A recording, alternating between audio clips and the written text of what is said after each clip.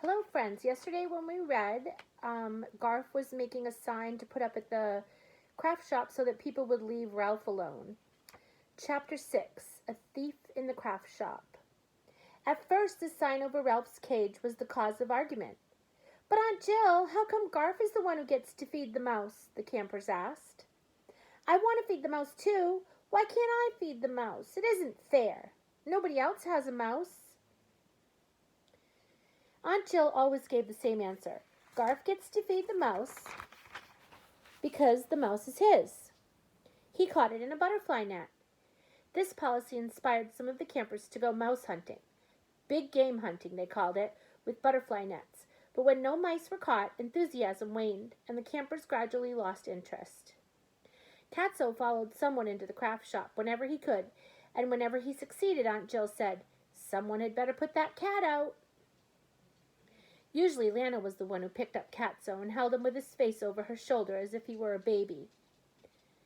"Poor baby," she crooned, patting Catso on the back as if she were burping an infant. Ralph found the smug look on Catso's face most annoying. Garth was happy, but Ralph was not. The boy showed no signs of running away, and now that he abided by the rules, the two were never alone.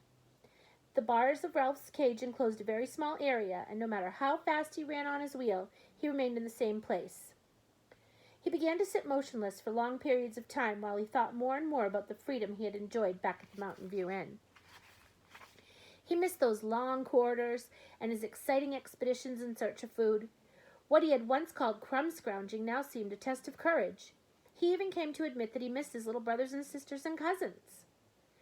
They were nuisances, but they were livelier than a grumpy hamster. Perhaps he wouldn't mind giving some of the little mice, boy mice of course, short rides on his motorcycle after all. Most of all, Ralph missed the motorcycle. He clutched the wires of his cage and, recalling the nights he had sped through the corridors of the old hotel while guests snored behind closed doors, tried to pretend they were the grips of the handlebars. "Pa-ba-ba-ba-ba-ba, pa-ba-ba-ba-ba-ba." It was no use. The wires remained what they were, the bars of a small prison. Higher, but not as long as an economy-sized Kleenex box. Ralph grew listless. So great was his homesickness that choice tidbits from the dining hall tempted him less and less. He sometimes skipped meals, preferring instead to curl up in a corner under some shredded paper where he dozed, dreaming of dark nights, smooth floors, and speed. "Cheer up," said Chum.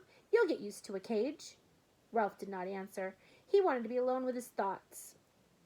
Garth, on the other hand, had no longer wanted to be alone. He came into the craft shop to tend Ralph while other campers were present, and soon became interested in the tools in the shop, and finally went to work with some other boys building wooden boats to float in the irrigation ditch. One long morning Ralph passed the time by watching a girl named Karen. Karen was one of the older campers, a girl 12 or 13 years old with long blonde hair, which, that morning, was wet. All the other girls washed their hair several times a week. Karen was making an old plastic bleach bottle into a piggy bank. She turned it on its side so the handle was on top, glued corks in place for legs, cut a slit under the handle, and painted eyes above the spout, which was now the piggy bank's snout.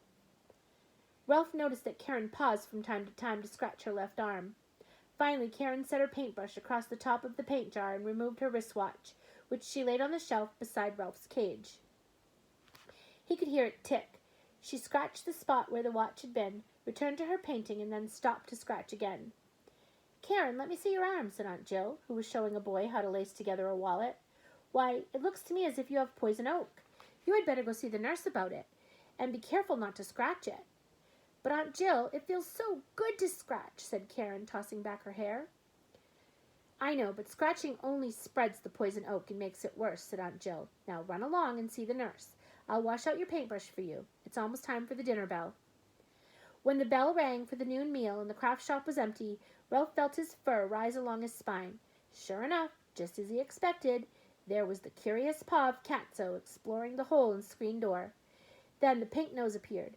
Catso must have pushed hard, because the rusty screen gave way and the rest of his head appeared.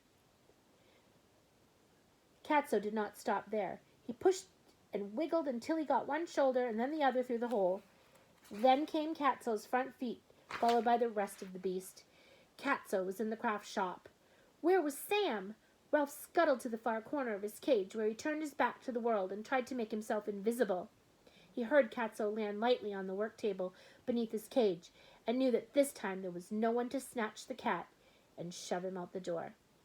We'll stop there for today, and we'll see what happens between Catso and Ralph tomorrow.